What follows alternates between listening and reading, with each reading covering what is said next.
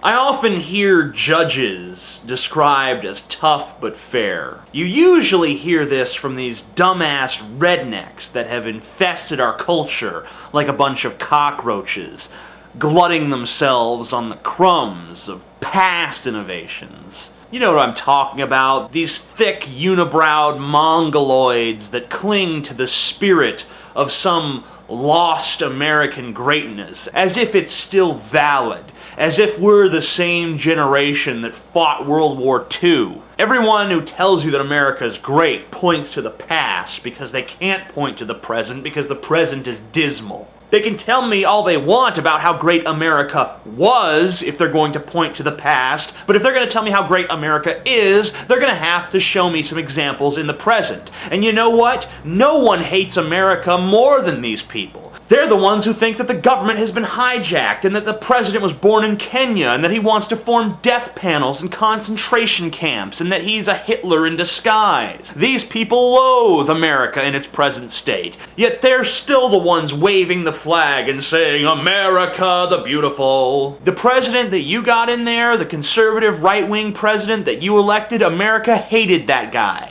You're not talking about the people because they don't like you, and you're not talking about the government because you think it's run by an evil cabal of Kenyan conspiracists. So, what are you talking about when you wave your flag and say America is the greatest nation on earth? But we're not talking about that. We're talking about tough but fair.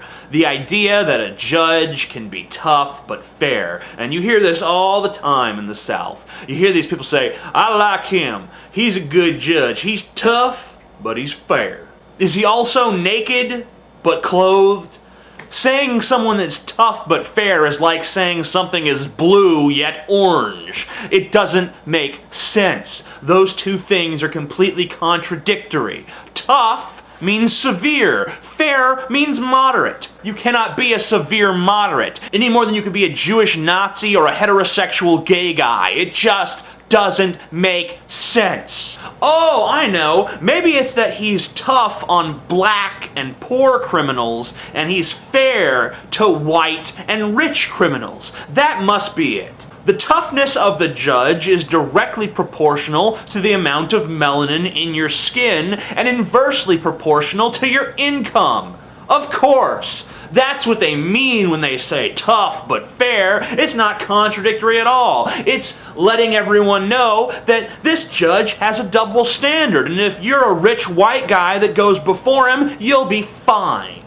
Oh, but this is where my conservative viewers will chime in and let me know that I've been brainwashed by the NAACP because racism doesn't exist anymore. Of course not. And even if it did exist, it doesn't exist in the courtroom. The decisions of judges affected by personal biases such as racism? Not possible. Amazing atheist, you're a liberal reactionary. You're a liberal reactionary. All you're doing is just spouting the line of the ACLU. That's all you do anymore. You're just a liberal reactionary. Fine, I'll make note of that on a roll of toilet paper before I put it to good use. Speaking of toilet paper, and I know this is a strange segue, but why can't we just call it toilet paper anymore? Why is it always called bathroom tissue in the advertisements I see for it? And also, in these ads, no one ever uses it for its intended purpose. Every time I see a toilet paper ad, it's always some idiot with this big fake smile on their big dumb face, like rubbing the toilet paper against them, like, "Oh, it's so soft," as if all we need toilet paper for is softness. We just have a deficiency of softness in our houses, and we just need some kind of paper to rub on our faces to remind us how pleasant softness is. Oh, it's so soft, it's so soft. Personally, I use the stuff to wipe my ass. I don't know what you guys are using it for, but that's what I'm using it for. Or sometimes if I get bored, I'll dress up like a mummy, you know, and I'll be like, "Oh," and Scotty will be like, "What the hell are you doing?" But that's all it's for. It's for wiping your ass and dressing up like a mummy. And do not use the same toilet paper for both activities.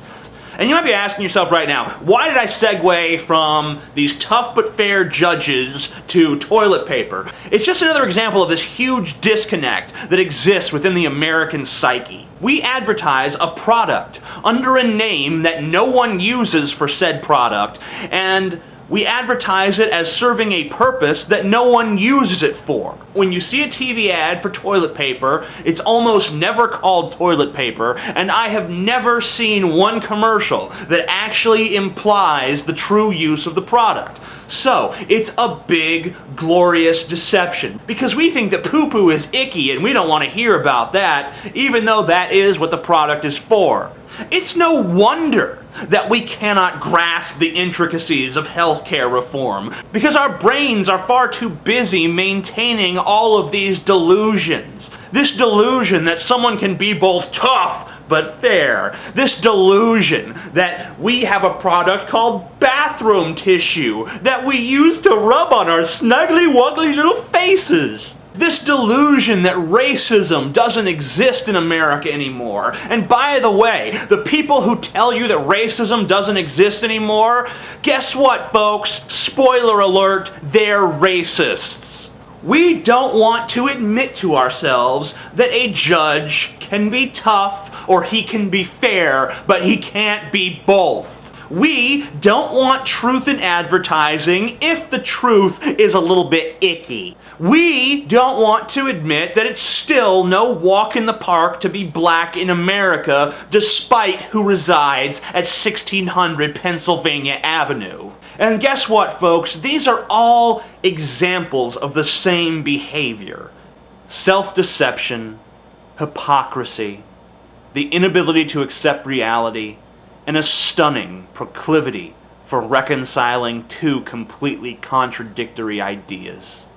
That's why I don't get it when atheists are so shocked that these very same people still believe in the Christian God despite all of the contradictions and errors in the Bible. You're asking why they can't accept the larger truths about the mechanisms and origins of nature and man and the universe when they can't even pass the practice exam of getting right the answer to the question, what is this product and what is it for? Can someone be both tough but fair? Is there still racism in America? These people are hopeless. Just let them watch monster trucks and drink their cheap American piss-water beer and vote Republican. Thinking just isn't their strong point. It's not what they're for. They have an altogether different purpose, which is, I don't know, but I'll tell you when I figure it out.